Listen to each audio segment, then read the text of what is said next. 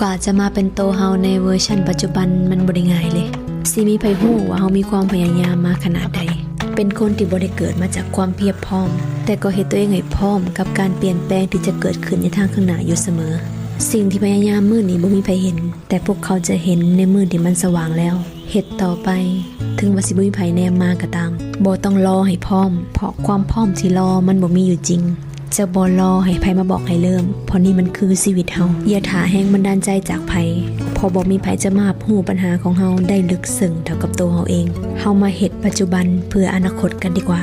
ทุกๆมื้อที่ได้ลงมือทำมันคือการบ่มตัวเองถึงสิบ่มีไผเห็นก็บ่ฟ้าวให้ผู้ใดแนมมาพัฒนาตัวเองไปเรื่อยๆจนกว่าจะมีคนบอกว่าชีวิตเฮาโคตรจะมาไกลหากได้ยินเสียงผ่านเข้ามาในหูว่าคนแบบเฮาบ่น่าจะเฮ็ดได้นั่นแหละคือเสียงของความท้าทายเสียงนี้เลยคือแรงบันดาลใจ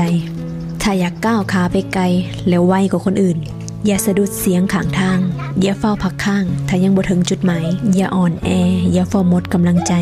ถ้า2 มือยังเฮ็ดได้2 ขายังก้าวไหวจงเฮ็ดต่อไปจนกว่าจะสำเร็จอย่าให้เสียงดังกว่าการกระทำบ่ฟ้าวประกาศให้ไผฮู้